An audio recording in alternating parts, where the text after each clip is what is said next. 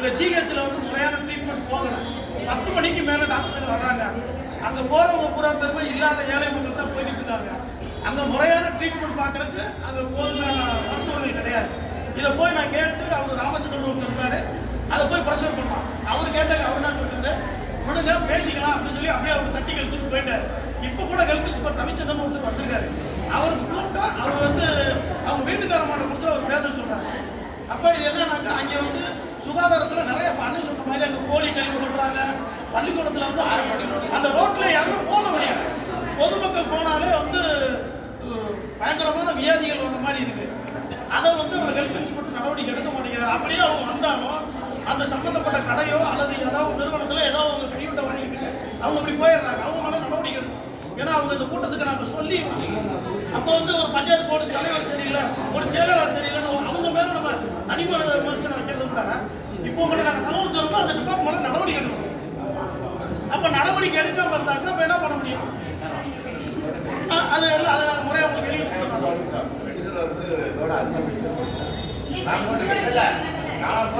இப்போ இந்த தீர்மானத்தில் ஏற்றுங்க. இப்போ தீர்மானம் போடுங்க. ஹெல்த் வரல, ஹெல்த் வந்தாங்கன்னா அவங்களுக்கான பிரச்சனைகளை வந்து முக்கியமானவங்க வச்சு நம்ம கவுன்சிலர் இருக்காரு, இவர் இருக்காங்க, அவங்களை வச்சு அவங்க வந்து நாங்கள் ஏற்ற ரிலீவ் படிச்சு வச்சுருக்கோம்.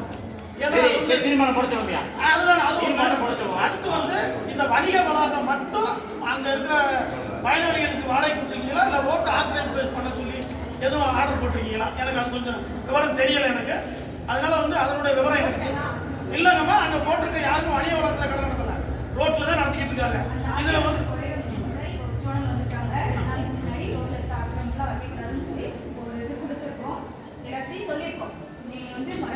அது கொடுத்துருந்தா எங்களுக்கு அந்த கொஞ்சம் நகல் கொஞ்சம் கொடுங்க. இல்ல எங்களுக்கு பதில் சொல்லாதீங்க. இப்ப 15,000 நான் மென்ஷன் பண்ணிருக்கேன். ஏன்னா அதுல வந்து விபத்துகள் வந்து நிறைய நடக்கிற மாதிரி இருக்கும். ஏன்னா ஒரு ஆட்டோக்காரன் நிக்கிறாங்க, இந்த பக்கம் நடுவோட்ல எண்ணெய் செடி வைக்கிறாங்க, ஒருத்தர் வச்சாருன்னா இன்னொருத்தர் போலீஸ் இடத்துக்குள்ள வச்சிருக்காங்க. இப்படி தனிமனித விமர்சனம் அதை யாரோ என்னமோ பண்ணிட்டு போறாங்க. நீங்க வந்து வீடியோ அந்த யூனியன் கட்டடத்துல ஒரு நூல் வெளியே வந்தாலும் தயவு தாச்சனை பார்க்க கூடாது. ஒண்ணு ஆபீசர் எடுங்க, இல்ல நாங்க ஊர்ல அதுக்கு நீங்க சப்போர்ட் பண்ணுங்க. அதுக்கு இதில் எங்களுக்கு தீர்மானம் ஏற்பாடு எடுங்க. சரிங்க, அது அது வாசம் தான். இன்னும்